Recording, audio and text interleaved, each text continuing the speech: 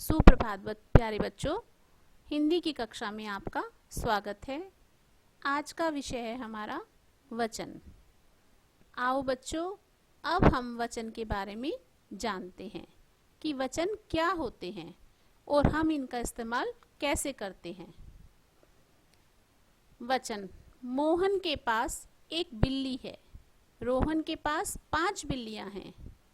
इन दोनों वाक्यों में आपको क्या अंतर दिखाई दे रहा है? चलो मैं आपको बताती हूँ कि इनमें क्या अंतर है। मोहन के पास केवल एक बिल्ली है और रोहन के पास 5 बिल्लियां हैं। मतलब दोनों वाक्यों में बिल्ली की संख्याओं का पता चल रहा है। तो शब्द के जिस रूप से संख्या का बोध हो उसे वचन कहते हैं। अर्थात शब्द के जिस रूप से उसकी संख्या में एक या एक से अधिक होने का पता चलता है उसे वचन कहते हैं। जैसे लड़का, लड़के, पत्ता, पत्ते, बूंद, बूंदे, मैं, हम, रस्सी, रस्सियाँ। वचन के भेद। हिंदी व्याकरण में वचन के 2 भेद होते हैं, एक वचन और बहुवचन। एक वचन जिस शब्द के रूप से उसके एक होने का पता चले उसे एक वचन कहते हैं। जैसे कपड़ा, बाल्टी, चिड़िया, पुस्तक, घड़ी, बच्चा, घोड़ा आदि। बहुवचन जिस शब्द के रूप से उसके एक से अधिक होने का पता चले उसे बहुवचन कहते हैं। जैसे बच्चे, पुस्तकें, बाल्टियां, फसलें, लकड़ियां, चादरें आदि। हिंदी भाषा में आदर प्रकट करने के लिए एक वचन के स्थान पर बहुवचन का प्रयोग होता है।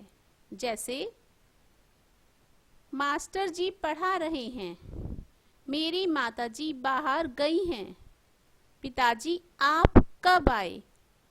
कुछ शब्द सदैव एक वचन ही रहते हैं, जैसे नल, बादल, आकाश, प्रजा, पाप, क्रोध, प्रेम, चीनी, पराजय आदि।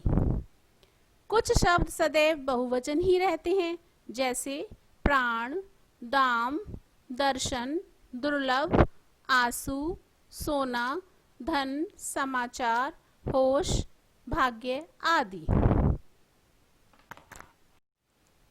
आओ अब हम एक वचन से बहुवचन और बहुवचन से एक वचन बनाते हैं। एक वचन से बहुवचन बनाना। लड़का, लड़के, बहन, बहनें, आँख, आँखें, सड़क, सड़कें, पुस्तक, पुस्तकें, बात, बातें, बेटा, बेटे, घोड़ा, घोड़े। बहुवचन से एक वचन बनाना।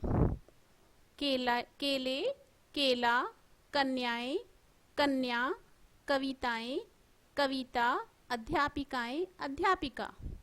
नदियाँ, नदी, थालियाँ, थाली, अंगूठियाँ, अंगूठी, धातुएं, धातु। तो बच्चों, आज का विषय हमारा यहीं समाप्त होता है। धन्यवाद।